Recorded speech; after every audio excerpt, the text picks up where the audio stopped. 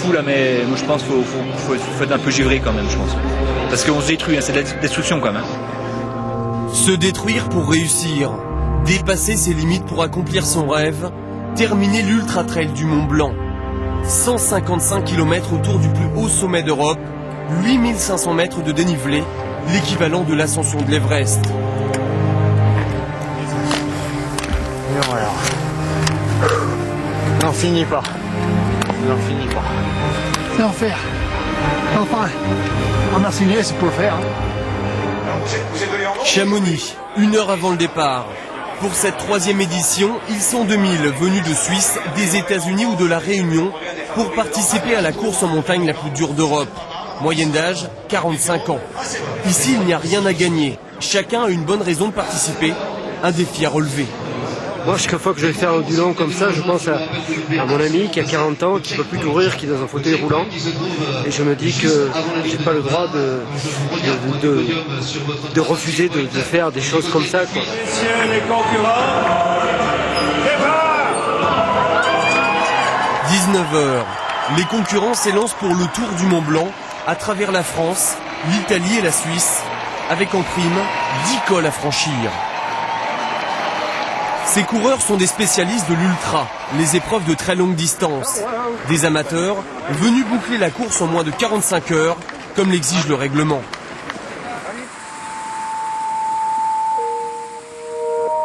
Premier kilomètre et déjà première épreuve.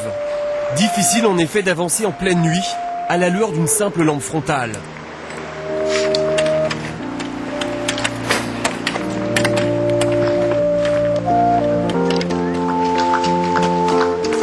Envie de dormir à cette heure-ci? Non, quelle heure il est là? 11h moins le quart. Bon, ça va là. Impeccable. Et qu'est-ce qui est dur là? C'est de se dire qu'il y a encore au moins 130 km. 7h du matin, Courmayeur, kilomètre 70, nous sommes presque à mi-course. Entorse, épuisement, ampoule aux pieds. 620 coureurs ne repartiront pas. Fin de l'aventure.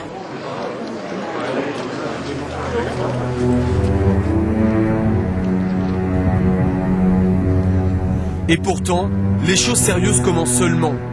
Kilomètre 85, le grand col ferré, 2537 mètres d'altitude, une pente de 30%, à Calvaire. Allez donc, t'es dessus. Un équipement, ça vous intéresse pas? J'en ai pris, vous avez donné. C'est bon.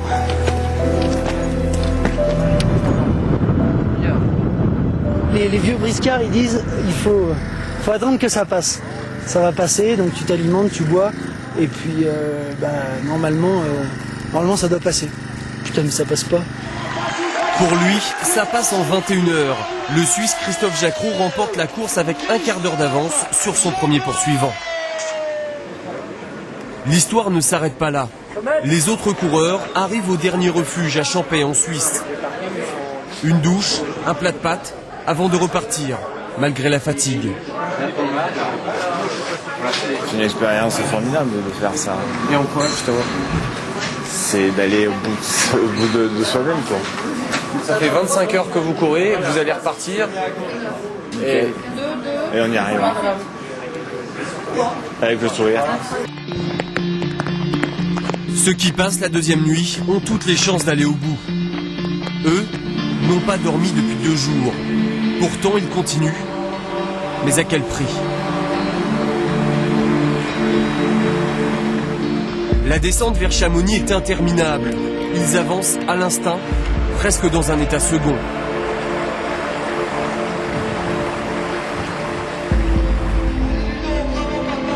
Finalement, 774 coureurs verront Chamonix. Après 45 heures d'effort, les derniers concurrents bouclent à leur tour les 155 km. Un exploit aussi insensé qu'anonyme, un exploit récompensé par une poignée de main et un sac à dos. Allez,